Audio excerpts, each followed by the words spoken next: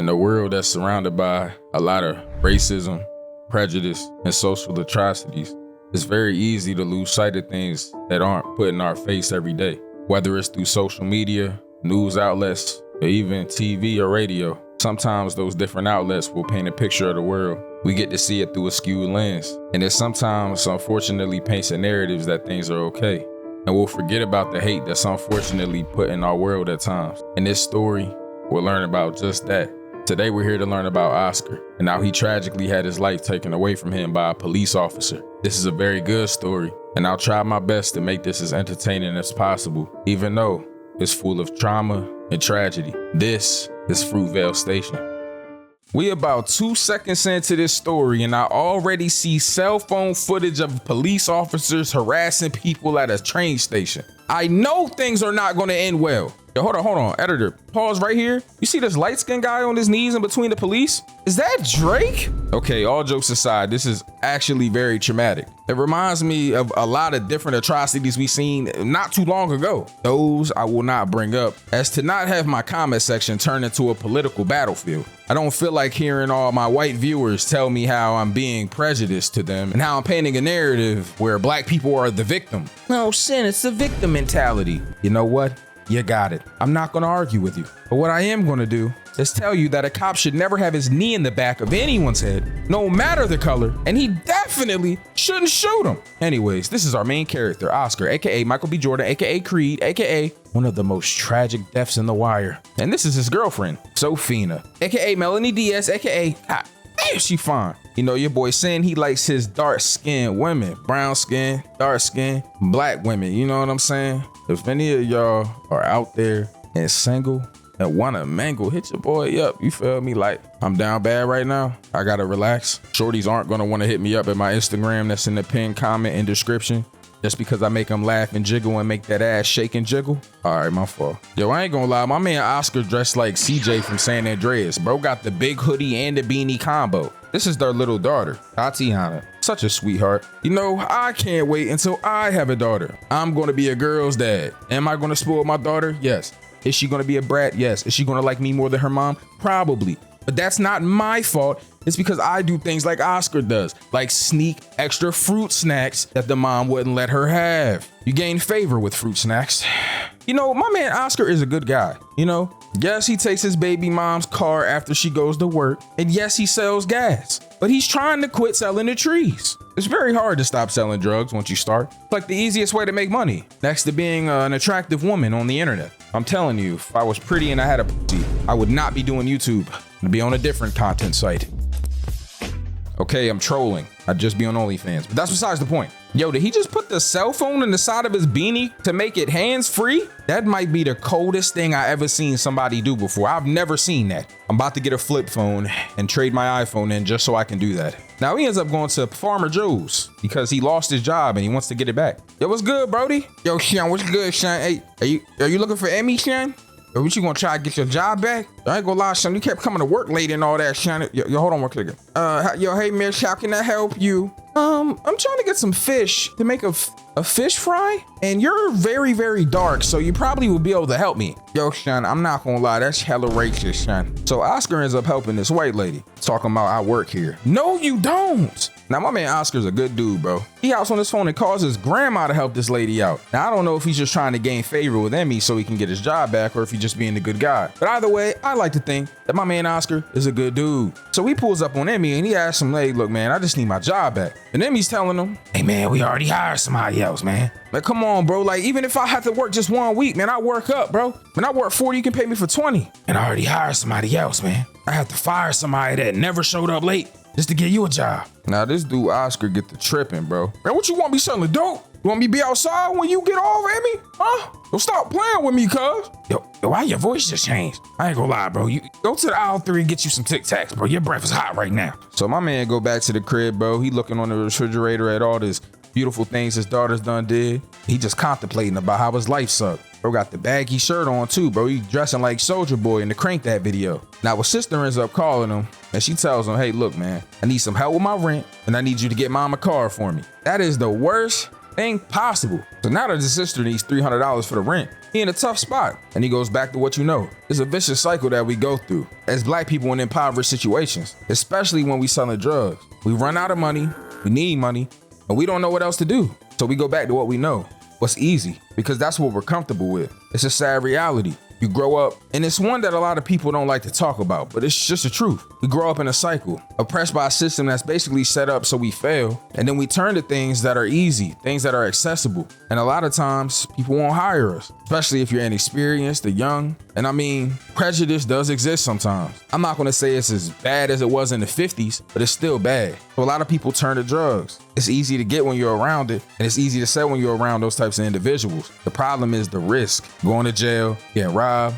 and sometimes even dying. It's an endless cycle, and one that they want us stuck in. Turning to crime, whether it's robbery, whether it's stealing, whether it's drugs, scamming. Could be anything. Get us in jail awaiting trial. Some people stay in those county jails and some people end up going to state prisons. Either way, it's free labor. It's really messed up when you think about it. But my man Oscar is stuck in this predicament, having to be the pinnacle of his family, having to be a man, but also not knowing what else to do other than turn to what he's comfortable with, selling drugs. So he calls his homie Marcus up. It was good, Brody. Hey, what's good, Marcus? Hey, man, you still need that, bro? Hey, yeah, man, but I'm getting my hair cut right now, bro.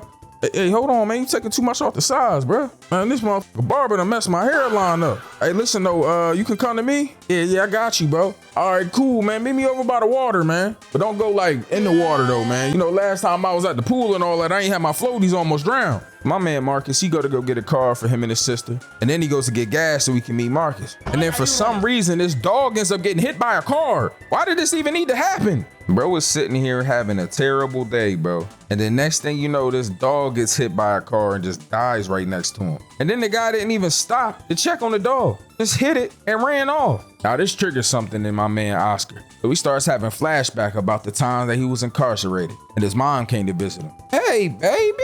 Yo, mom, what's good with you, man? You looking all right right now, man. Looking good, bro. You glowing? Where you get that wig from, huh? Boy, this ain't no wig. Anyways, your daughter was tripping last night. Talking about when y'all go to restaurants, daddy asked for light butter. Boy, she crazy. Yeah, man, she too smart for her own good. Oh, man, this your mom? Oh, man, she a snitch too? Hey, f you, cuz. Yo, who's you talking to, man? Oh, man, I'll f you and your mom, cuz. Oh, we got a problem here? Nah, we good for now. I'ma see bro later. Looking like Steve Wilkos with tattoos. Now, in this moment, it's really sad because his mom tells him straight up, this is the last time that she's coming to visit him. This is tough for my man Oscar, because obviously he's in here by himself. But he gets mad and he gets to cussing at his mom. So she leaves and he ain't even get a hug from her. I know it hurt. This made him pour the weed out. In this moment, I think that he was recollecting on his life and the decisions that led him to get locked up in the first place. He told his mom he ain't going back, and he meant that. Bro poured a whole half pound out. Boy, tweaking. Now hold on, why did this man Marcus pop up for weed and he already had a rolled blunt? He don't even need the weed. Maybe he just needed it for later, I don't know. Anyways, my man Oscar goes to pick his girl up and the cake, cause this is mom's birthday and New Year's. Dang, she was born on New Year's, that's kind of fire. They go pick Tatiana up, and this moment was cool. Look at him, and look how excited his daughter is to see him. They even had a little race. And I mean, clearly he won because he's a grown ass man, but that's besides the point. Tatiana still has some burners on him. Give her about 10 years, she might get busy on his ass. Yo, how you gonna hit her with a cheat though? We're talking about, hey, what's that? And then got loose on her. Now they go to Sophia grandma's house. Now she wanna change her clothes and try to get the grandma to watch Tatiana. She ain't watching her, I ain't gonna lie. She talking about ask your sister. If she got 6 kids, what's the difference between 6 and 7? I don't blame her. Now in this moment, they get in an argument in the room, bro, and he ends up telling her the truth that he lost his job. And I'm not gonna lie, she was mad. As she should be, because I mean, come on, bro. How you always losing your job? You don't go to work on time, you lose your job, and he told her that you dumped a whole zip of weed. And he got some coochie. You know, what's better than breathing? What's better than food? What's better than drinking water? It's getting some box, I'm not gonna lie. Only thing better than getting box is that stretch you hit when you first wake up in the morning. Now they pop up at his mom's house after this and they drop Tatiana off and they have a great swell time. And by swell, I mean he tried to look in his grandma's pot to see what she was cooking and she got mad about it. I can relate to this because I'm a big bag. I like to eat. If you're a good black woman and you can cook, please hit me up. I promise that I won't stress you out and ruin your life, at least every day. Now they all eat and they have a really good time. A fun time full of family, love, and care. That's gonna end up leading to something very tragic. Just because Sophia wanted to go out. My man Oscar didn't even want to go. He told her multiple times that we could just go back to the crib. Even Tatiana didn't want him to go out. But no, Sofina just had to hit the town. Now, because they're going out, they're probably going to be drinking. And because of this, his mom told him that they should probably take the train instead of driving the car. Yo, real quick. Yo, don't pick off the video, man. Like, I see you in the back. Don't get smacked, my nigga. Yo, my fault. But listen, if you hearing this, that means that, yes, I uploaded a new vid on the Sin channel, the live action channel. This time, we're covering World War Z. You feel me? Not to be confused with Dragon Ball Z. It's World War Z. It's about zombies and infestation and viruses. It's fire. I ain't gonna lie. Like, so if y'all want to watch that, make sure you hit this little eye right here, or it'll be in the pinned comment and description. I also made a new Discord. Well, some of y'all may have already been in it, but if not, go join that too. That'll also be in the pinned comment or description. Like, it's fire. We be in there joking around, talking. I'm in voice chat all the time. I'm probably in there right now. Like, real rap. All right, love you guys. Bye. That way they can stay out all night and have as much fun as they want to, but they'll be able to get home safe. Those are some famous last words. New Year's in that area, drinking, and we're all on a public train? Nope, I'll pass. I'd rather drive and sit in traffic. Now they end up leaving, Sofina and Tatiana, and they go drop her off at her sister's house. Man, why don't we just call it a night? No, I'm going out. You always trying to go in the house or something. Man, we could just watch the countdown at the crib though. I'm going to Frisco. I'm gonna go shake my little butt, get drunk, and I'm gonna probably get some numbers while you're not paying attention. What? Now they dropped Tatiana off and clearly she doesn't want him to go. And you should just listen to kids' feelings. I mean, anytime a kid got a bad feeling, you gotta listen to them. They know what they talking about. So they finally pop up at the train station after being the last ones there. Man, where does this dude Oscar at, man? He always late, cuz. He know how to do the Oscar is. He don't never show up on time. Hey, you know how he is, man. Tripping, cuz. Hey, give me some of that liquor, cuz. I'm hogging right now. So they all hop the train and they end up getting on there. And it is lit on this train. I mean, everybody on there, bro. Whole city on that mug. Hey, what's good, y'all? What's popping, man? Man, what's good with y'all, ladies? Yeah, what's good? Man, what y'all here, smoking that Reggie? Oh my God, what are you, the police? Man, I could be.